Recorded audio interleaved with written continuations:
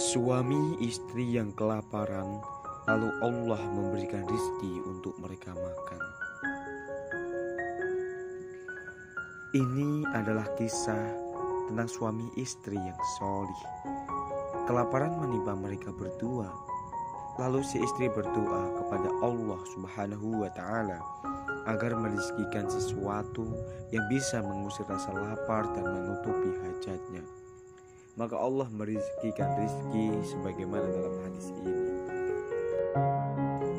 Nas hadis, Tabrani meriwayatkan dalam Al-Awsat dan Baihaqi dalam Ad-Dalail dari Abu Hurairah berkata, seorang laki-laki tertimpa kelaparan, lalu dia pergi ke daratan. Istrinya pun berdoa, ya Allah, limpahkanlah rizkimu kepada kami apa yang cukup untuk menjadi adonan kami dan roti kami.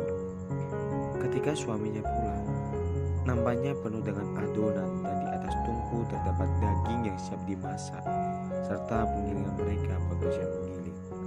Suaminya bertanya, dari mana semua ini? Istri menjawab, rizki dari Allah. Maka dia menyapu apa yang ada di sekeliling penggilingan. Rasulullah bersabda, seandainya dia membiarkannya, niscaya penggilingan itu akan berputar atau menggiling sampai hari kiamat. Penjelasan hadis. Rasulullah SAW menceritakan sepasang suami istri yang solih. Keduanya dalam keadaan sangat lapar. Saking laparnya, suaminya tidak tahan berdiam diri di rumah. Dia pun keluar ke daratan. Lalu si istri berdoa kepada Allah agar memberikan rizki, sebuah penggilingan dan memberikan adonan untuk membuat roti. Allah mengabulkan doanya. Ketika suaminya pulang, nampan besar yang biasa digunakan untuk mengaduk adonan telah penuh dengan adonan, dan penggilingan terus berputar menggiling biji-bijian. Sementara di atas tungku terdapat daging yang melimpah siap untuk disatai. Suaminya bertanya, dari mana ini? Istrinya pun menjawab, dari rizki Allah ya suamiku. Lalu suaminya menyapu remahan di sekeliling penggilingan. Rasulullah menyampaikan bahwa seandainya laki-laki ini membiarkan penggilingan bekerja, niscaya ia terus bekerja sampai hari kiamat.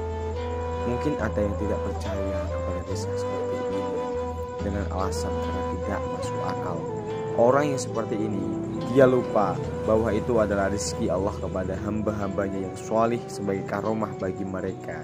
Dan Allah berkuasa atas segala sesuatu. Dan hal seperti ini sudah sering terjadi di banyak peristiwa pada masa Rasulullah dan para sahabatnya, di mana Allah melimpahkan makanan dan minuman, lalu mereka makan dan minum dari makanan dan minuman hanya cukup untuk sedikit orang saja.